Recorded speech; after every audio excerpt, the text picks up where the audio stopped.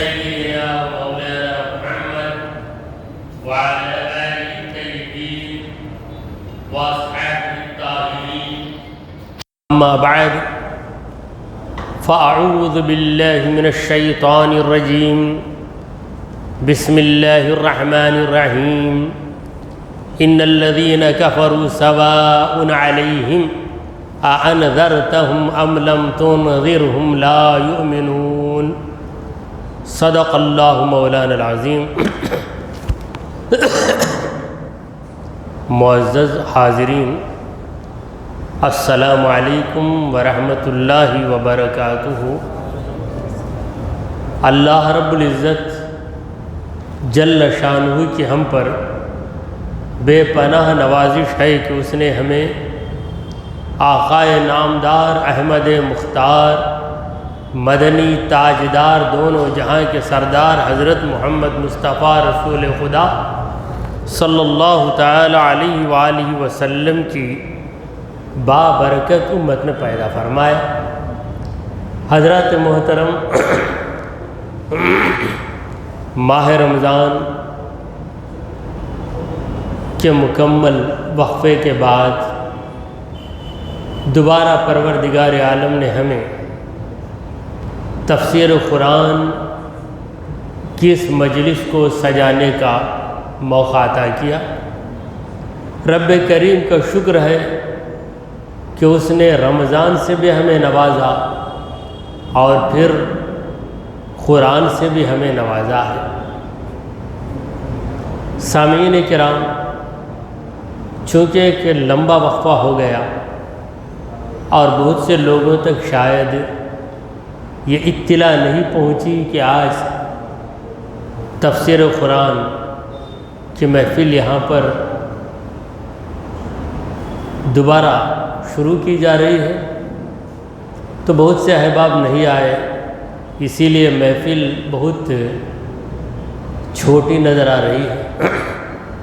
اب یہ ہماری ذمہ داری ہے کہ ہم اپنے احباب، اپنے دوستوں تک یہ پیغام پہنچائیں تاکہ ہمارے کہنے کی وجہ سے جتنے لوگ یہاں پر تشریف لائیں گے ان کی حاضری کا ثواب بھی ہمارے نامہ اعمال میں درج ہوگا.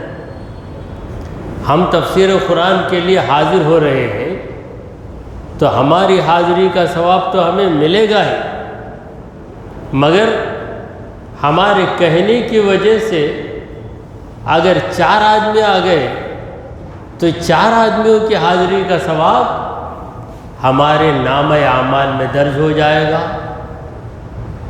عزیز بھائیوں، کسی بھی ثواب کو معمولی نہ سمجھو، کیونکہ ثواب کی کیا حیثیت ہے قیامت کے دن اس کا پتہ چلے گا.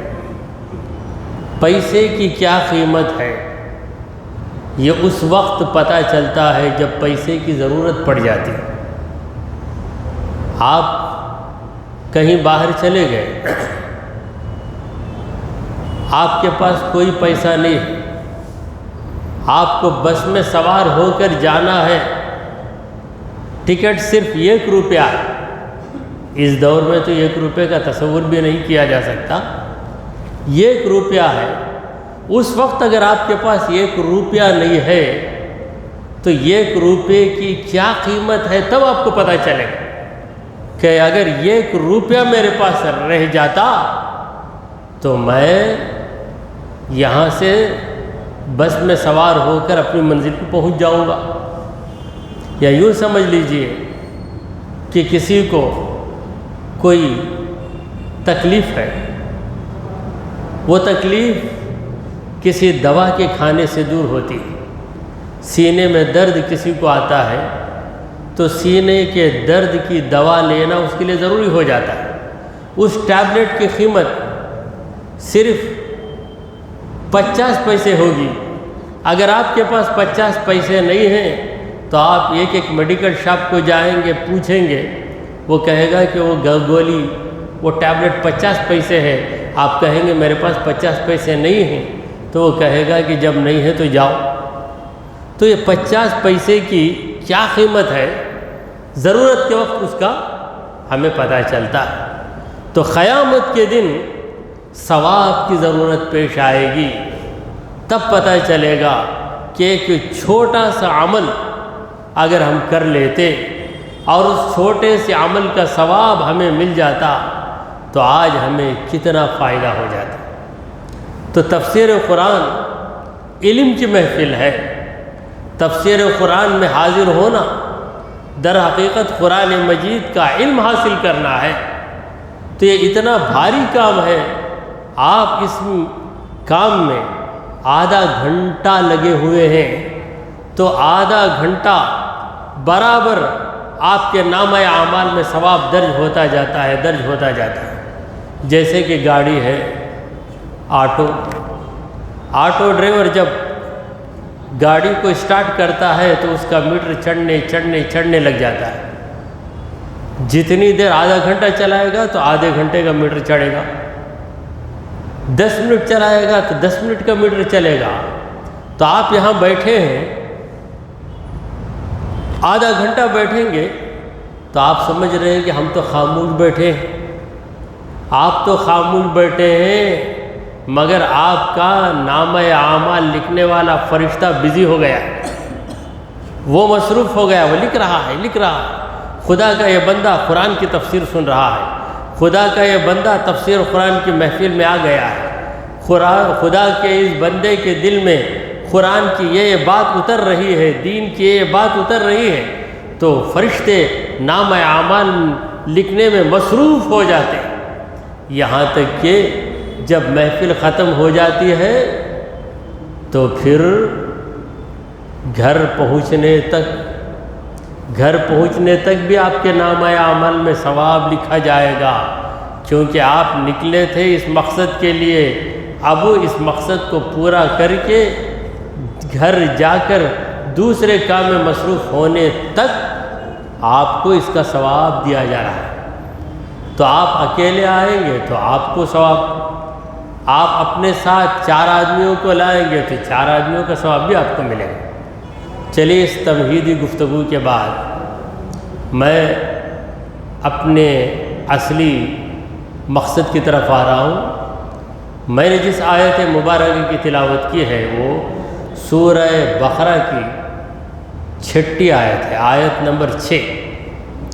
پروردگار فرما رہا ہے، ان الذین کفروا، بے شک جو لوگ کافر ہیں، کافر بن گئے، سواء علیہم، ان کے حق میں برابر ہے، اَأَنذَرْتَهُمْ أَمْ لَمْ تُنذِرْهُمْ، اے نبی بھلا آپ انہیں ڈرائیں یا آپ انہیں نہ ڈرائیں، لا یؤمنون، وہ ایمان نہیں لائیں گے۔ دیکھیے، یہ 6 آیت ہے، آیت نمبر 6۔ اس سے پہلے جو 5 آیتیں ہیں، ان 5 آیتوں میں اللہ تبارک و تعالیٰ نے متقی بندوں کا ذکر کیا، مومن بندوں کا ذکر کیا۔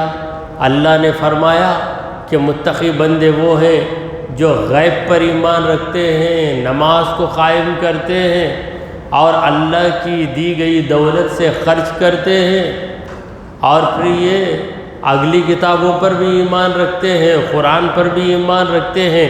یہی لوگ ہدایت پر ہیں، یہی لوگ کامیاب ہیں۔ یہ شروع کی 5 آیتوں کا خلاصہ ہے۔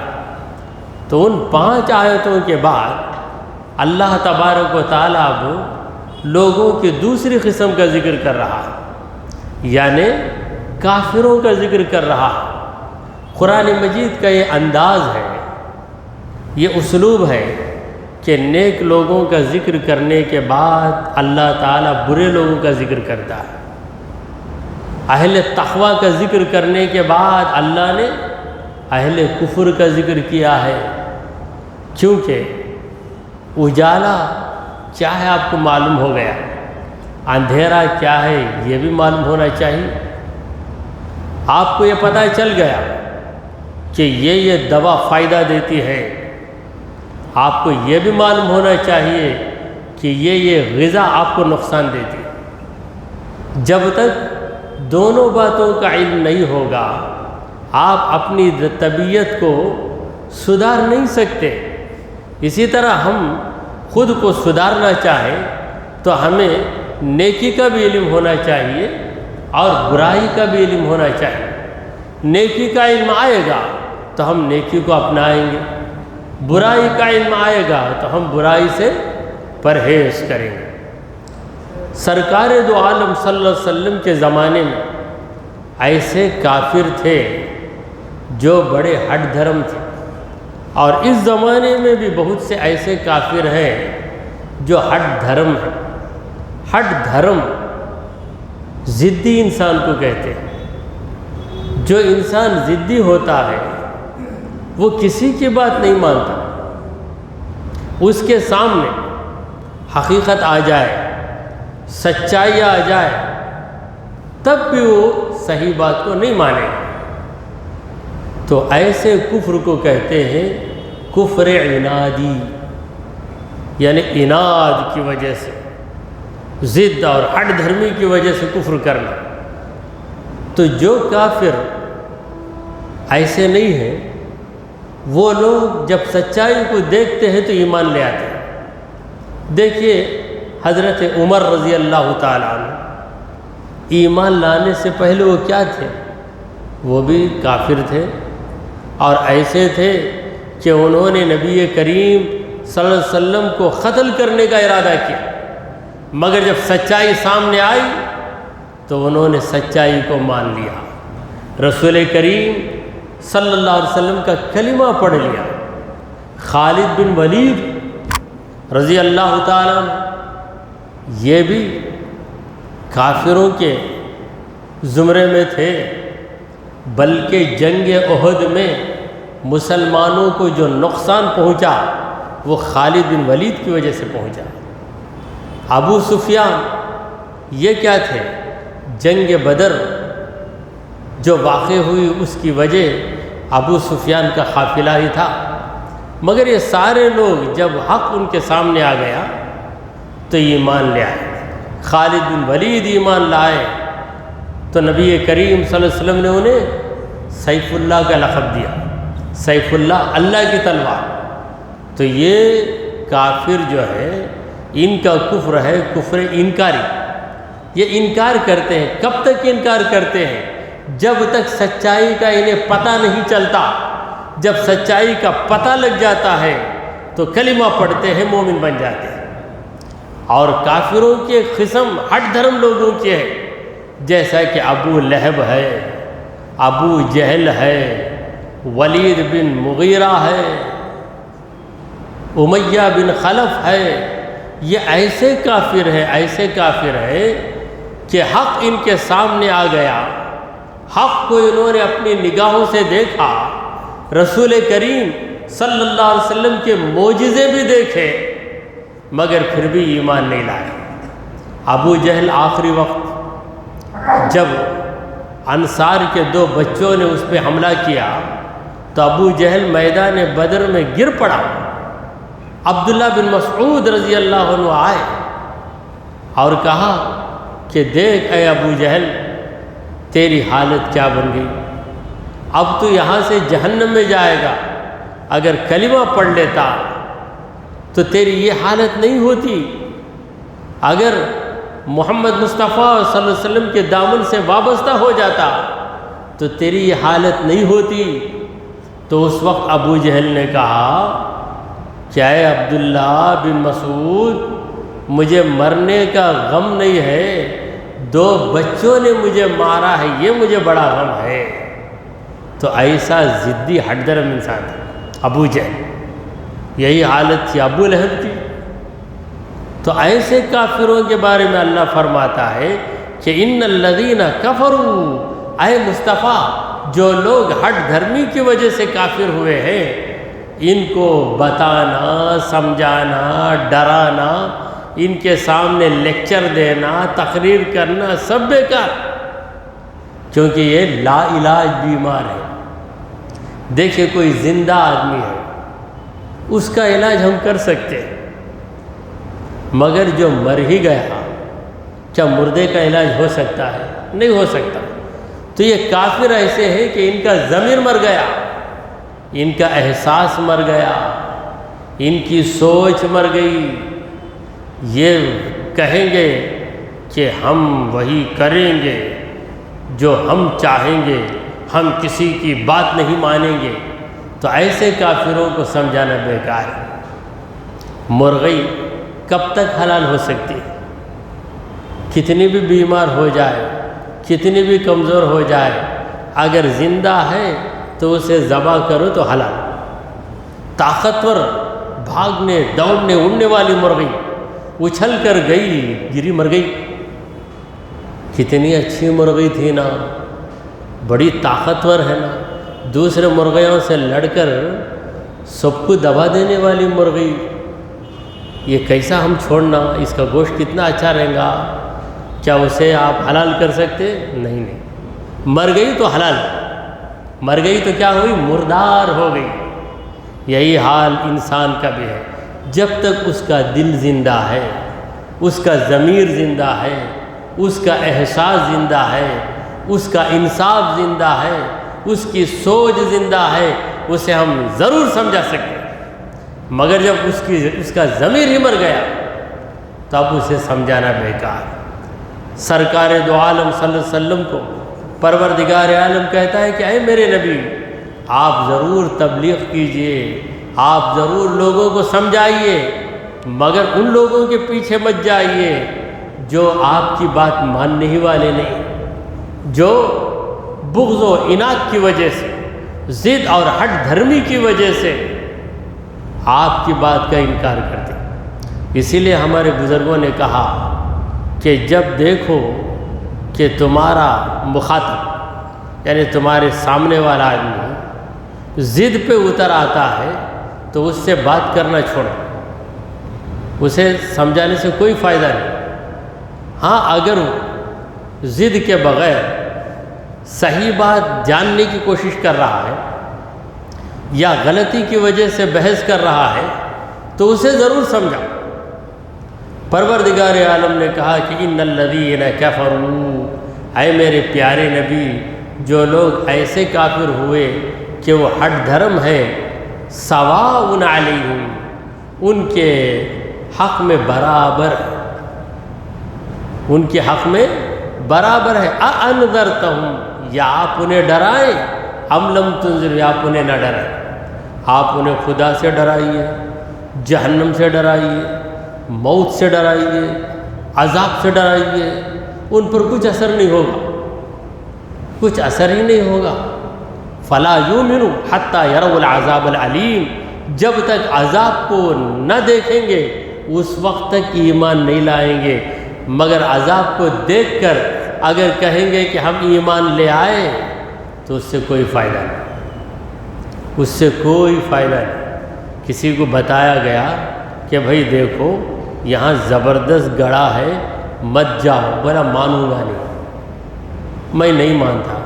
نہیں بھائی وہاں مت جاؤ، وہ گڑھا ہے، اوپر صرف ٹاٹ پڑا ہوا ہے، وہ زمین نہیں، وہ ٹاٹ کا کپڑا ہے، مت جاؤ۔ نہیں مانوں گا، نہیں مانوں گا بول کے گیا، جاتے ہی دھڑام گر گیا، گر جا کر اب مان لیا بولے تو کیا فائدہ؟ اب مان کر بھی کچھ فائدہ نہیں، جب سمجھائے تب نہیں سمجھا۔ اسی طرح یہ ہٹ دھرم کافر نبی کی بات کو نہیں مانتے، قرآن کی بات کو نہیں مانتے، ان کو سمجھاؤ، ان کے سامنے کرشمے دکھاؤ، معجزے دکھاؤ، ولیوں کی کرامتیں یہ دیکھتے ہیں، پھر بھی نہیں مانتے۔ پھر جب مر جائیں گے، مرنے کے بعد جب عذاب کو دیکھیں گے تب کہیں گے کہ اب ہم مان لیے، تو خدا کہے گا کہ اب تمہارا ماننا بیکار۔ جب سمجھائے تب سمجھ لینا تھا۔ لوگوں نے بتایا کہ دیکھو بھائی اس کھانے میں زہر ہے، مت کھاؤ۔ نہیں میں نہیں مانوں گا، میں کھاؤں گا، کھا لیا، کھانے کے بعد پیٹ میں درد ہو رہا ہے، چکر آ رہی ہے، زہر ہے کہ اب میں مانتا ہوں، مان کر بھی فائدہ نہیں۔ جب بولے تب کیوں نہیں سنا تھا؟ تو یہ جو ہٹ دھرم کافر ہے ان کے بارے میں اللہ کہتا ہے کہ اے نبی آپ انہیں ڈرائیں یا نہ ڈرائیں، لا یؤمنون، وہ ایمان نہیں لائیں۔ تو حضور اکرم صلی اللہ علیہ وسلم نے ڈرانے، سمجھانے، تبلیغ کرنے اور بتانے میں کوئی کمی نہیں کی۔ اس کے باوجود کئی لوگ حضور کی بات نہیں مانے۔ ابو جہل، ولید، شیبہ، عتبہ، امیہ، بڑے بڑے کافر جو جنگ بدر میں مر گئے، 70 کافر مارے گئے جنگ بدر میں، مر گئے مگر ایمان نہیں لائے، مر گئے ایمان نہیں لائے۔ اگر ان کے دل میں روشنی ہوتی تو بدر کے پہلے جو کرشمے ظاہر ہوئے، ان کرشموں کو دیکھ کر ہی وہ مومن ہو جاتے تھے۔ تو اللہ نے کہا نہیں ایمان لائیں گے۔ ختم اللہ نے چھاپ مار دی، چھاپا لگا دیا، سیل لگا دیا اللہ تعالیٰ نے۔ کہاں؟ علی قلوبہم، ان کے دلوں کے اوپر، ان کے دلوں پر سیل لگ گئی۔ اب دل کھلیں گے ہی نہیں، جب کھلیں گے تو کسی بھی بات کو قبول کریں گے، جب کھلیں گے ہی نہیں تو پھر ان کے دلوں میں بات کیسے جائے گی؟ اب کوئی پوچھے کہ اللہ ہی ان کے دل پہ مہر لگا دیا تو ان بیچاروں کی غلطی کیا ہے؟ اللہ لگا دیا۔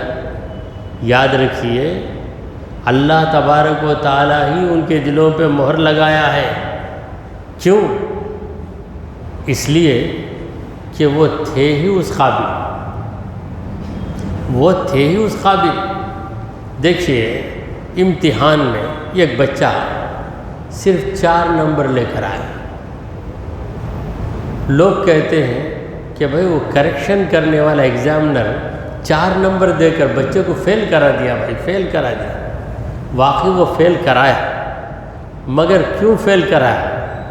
یہ فیل ہونے کے قابل ہی تھا، یہ لکھا ہی 4 نمبر تک کا جواب لکھا، 100 نمبر کا جواب لکھنا تھا، 90 پر 6 نمبروں کے جوابات غلط لکھا، صرف 4 نمبر کا جواب صحیح لکھا۔ تو کہنے والا کیا کہے گا؟ بھائی وہ کریکشن کرنے والا فیل کرا دیا۔ کریکشن کرنے والے کو پوچھو تو فیل کرایا کیا؟ آؤ بھائی میں فیل کرایا، اس لیے فیل کرایا کہ وہ لکھا ویسے۔ تو اسی طرح یاد رکھ لیجئے اللہ تعالیٰ ان ہٹ درم ضدی کافروں کے دلوں پہ مہر لگا دیتا ہے، اس لیے کہ وہ ہیں ہی اس قابل، ان کے کرتوت، ان کی ضد، ان کی ہٹ دھرمی، کہ ان کے دلوں سے توفیق کی نعمت ہٹ جاتی ہے۔ ختم اللہ علی قلوبہم، ان کے دلوں پر اللہ نے مہر لگا دی، وعلی سمعہم، اور ان کے کان پر بھی باتوں کو سنیں گے مگر وہ بات حلق تک جا کے رہ جائے گی، دل میں نہیں اترے گی۔ وعلی ابصارہم غشاوہ، ان کی نگاہوں پر پردہ پڑا ہوا ہے۔ جب پردہ پڑ جاتا ہے تو کوئی چیز نظر نہیں آتی۔ یہاں پردے سے مراد کپڑے کا پردہ نہیں اور کسی پلاسٹک کا پردہ نہیں، یہاں پردے سے مراد ان کی ہٹ دھرمی، ان کی نگاہوں پہ پردہ پڑا ہوا ہے، اس لیے وہ صحیح بات کو نہیں دیکھ سکتے، صحیح بات کو نہیں سن سکتے، صحیح بات ان کے دل میں اتر نہیں سکتی۔ سنیں گے مانیں گے نہیں، دیکھیں گے مانیں گے نہیں۔ ابو جہل نے کیا معجزہ نہیں دیکھا؟ رسول کریم صلی اللہ علیہ وسلم نے چاند کے جو 2 ٹکڑے کیے اپنی انگلی سے، اس معجزے کو ابو جہل نے اپنی آنکھوں سے دیکھا۔ اگر اس کے اندر ہٹ درمی نہیں ہوتی تو اسی وقت مان لیتا کہ آپ اللہ کے سچے رسول ہیں، کیونکہ یہ کام دنیا کا کوئی جادوگر نہیں کر سکتا۔ عام انسان تو ہے ایک طرف، بڑے سے بڑا جادوگر بھی یہ کام نہیں کر سکتا، کیونکہ جادو زمین پر چلتا ہے، آسمان کی چیزوں پہ جادو نہیں چلتا۔ ستاروں پہ، چاند پہ جادوگر کا اثر نہیں ہو سکتا، تو مان لیتا۔ اس سے بھی بڑی بات، رسول کریم صلی اللہ علیہ وسلم کا ایک معجزہ وہ یہ کہ ابو جہل بڑا ظالم آدمی تھا، کسی سے قرض لے لیا، ایک غریب آدمی سے قرض لے لیا، لے کر قرض واپس نہیں کرتا، جب وہ قرض پوچھنے جاتا تو مار کے بھیجتا اسے۔ وہ بیچارہ پریشان ہوا، کیا کرے گا، بڑی محنت سے کچھ پیسے، کچھ رقم تھی اس کے پاس، ابو جہل چھین لیا۔ جا کے لوگوں سے بولا، بھائی سب لوگ مل کو میری مدد کرو۔ دیہاتوں میں ایسا ہی ہوتا نا، کیا کوئی بھی صحیح بات سننے والا نہیں کیا، کوئی بھی میری مدد کرنے والا نہیں کیا؟ تو وہاں پر چند کافر بیٹھے تھے، ابو جہل کے چیلے، ابو جہل کے پیچھے پیچھے چلنے والے۔ یہ لوگ اس آدمی کو بلائے، آؤ آؤ ہم ایک آدمی سے ملاتے ہیں، وہ آدمی ابو جہل کے پاس جائے گا اور تمہارے پیسے لے کر تم کو دلائے گا۔ تو بولا ویسا بڑا آدمی کون ہے؟ کہ یہ دیکھو ان کا نام محمد ہے، یہ پیسے لے کر دلائیں گے۔ ان لوگوں نے رسول کریم صلی اللہ علیہ وسلم کی محبت میں یا عظمت میں ایسا نہیں کہا، ان کا مقصد یہ تھا کہ حضور جا کر پوچھیں گے، ابو جہل ان کے ساتھ برا سلوک کرے گا، محمد صلی اللہ علیہ وسلم اور ابو جہل میں کچھ جھگڑا ہوگا، ابو جہل تو بڑا تگڑا آدمی ہے، بڑا بھاری آدمی ہے، اب محمد صلی اللہ علیہ وسلم کو وہ پیٹے گا، ہم دیکھیں گے، ہمارا دل ٹھنڈا ہوگا، یہ سوچیں۔ وہ آدمی کو بولے، وہ بیچارہ جا کے بولا، آپ کا نام محمد ہے کیا؟ ہاں محمد ہے صلی اللہ علیہ وسلم، میری ایک مدد کرو۔ کیا کرو؟ وہ دیکھو وہ شخص جو ہے اس گھر میں رہنے والا میرے پیسے لے لیا، میں بہت غریب آدمی ہوں، وہ لے لیا دے دیا، واپس کروں گا بولا، اتنے دن ہو گئے نہیں کرتا ہے، آپ آ کر لے کے دلا سکتے کیا پیسے اس کے پاس؟ وہ دینار و درہم دلا سکتے کیا؟ تو حضور اکرم صلی اللہ علیہ وسلم نے کہا ٹھیک ہے چلو میں لے کے دلاتا ہوں۔ سیدھے گئے، دروازہ کھٹکھٹایا، ابو جہل آیا باہر، بڑے زور سے آگے کھڑا، کیا ہے؟ حضور صلی اللہ علیہ وسلم نے کہا کہ یہ آدمی کے اتنے پیسے تم لے لیے کیا؟ بولا ہاں لیا، لا کر دو۔ سیدھے اندر گیا، لا کر پیسے دے دیا۔ وہ آدمی چلے گیا، حضور صلی اللہ علیہ وسلم بھی آگے اپنی جگہ۔ اب اس کے جو چیلے تھے، ارے ہم سوچے کچھ فساد ہوگا، کچھ جھگڑا ہوگا، ابو جہل محمد صلی اللہ علیہ وسلم کو کچھ گالی دے گا، محمد صلی اللہ علیہ وسلم کچھ کہیں گے تو ان پر ہاتھ چلائے گا، کیا ایسا سرنڈر ہو گیا، غلام کی طرح لا کے دے دیا؟ تو کچھ سمجھ نہ، سیدھے گئے ابو جہل کے پاس، جا کر بولے اے بابا کیا کام کرا تو؟ ہم لوگوں کی بے عزتی کر دیا، ہم بھیجے تھے، محمد صلی اللہ علیہ وسلم کا تو دشمن ہے، وہ آ کر تیرے سے پوچھیں گے تو ان کو یہ 4-5 گالیاں کہے گا، بولے گا، کچھ نہ کچھ اناپ شناپ بکے گا، تو لا کر دے دیا۔ بولا ارے بھائیو میرا پسینہ چھوٹ گیا ہے، کیا ہوا؟ تم کیا دیکھیں، محمد صلی اللہ علیہ وسلم آئے تو ادھر ایک شیر ہے ادھر ایک شیر ہے، منہ کھول لے کر دونوں میرے سے بولتے ہیں صحیح صحیح بول نہیں تو تجھے کھا لیں گے ہم۔ صحیح صحیح بولا، میں دے دیا۔ پھر جب محمد صلی اللہ علیہ وسلم نے کہا کہ پیسے لا کر دے دے، تو 2 شیر مجھ سے بول رہے ہیں لا کر دے دے، نہیں تو ابھی تجھے نوالا بنا لیں گے ہم۔ تو میں کیا کروں، کچھ بھی نہیں کر سکا، جا کے دے دے، نہیں تو میں مر جاتا، غائب ہو جاتا۔ اتنے زبردست شیر منہ کھول لے کر کھڑے۔ لوگوں نے کہا ایسا تو ہم نے نہیں دیکھا، تم نے نہیں دیکھا، میں دیکھا۔ ارے یہ دیکھ کر بھی آیا ابو جہل، ایمان لایا؟ نہیں لایا۔ اس کی ضد، اس کی ہٹ دھرمی تھی۔ اپنی جان بچانے کی فکر تھی اسے، مگر آخرت میں عذاب سے بچنا ہے اس کی فکر نہیں تھی۔ اسی لیے اللہ نے کہا کہ ان کی آنکھوں پہ پردہ ہے، وَلَهُمْ عَذَابٌ عَظِيمٌ، اور ان کے لیے بہت بڑا عذاب ہے۔ ایسے ہٹ درم کافر جو ہیں، ضدی کافر جو حق کو جان لیتے ہیں، صحیح بات کو پہچان لیتے ہیں، اس کے باوجود ایمان نہیں لاتے، انہیں معمولی عذاب نہیں، وَلَهُمْ عَذَابٌ عَظِيمٌ، انہیں بہت بڑا عذاب دیا جائے گا۔ دعا کیجئے کہ پروردگارا ہم نے جو کچھ کہا اور سنا اسے قبول فرما لے۔ اے اللہ ہمارے گناہوں کو معاف فرما، ہماری خطاؤں کو درگزر کر دے۔ اے رب العالمین ہم پر تیری رحمت نازل فرما۔ اے اللہ ہمیں ہر قسم کے کفر سے بچا لے۔ اے اللہ ہمارے ایمان کو مضبوط بنا دے۔ اے رب کریم ہماری تمام بیماریوں، کمزوریوں، مجبوریوں اور پریشانیوں کو دور فرما، ہمارا خاتمہ ایمان کی حالت میں فرما۔ وصلی اللہ تعالی علی خیر خلقہ سیدنا مولانا محمد وعلی آلہ واصحابہ اجمعین۔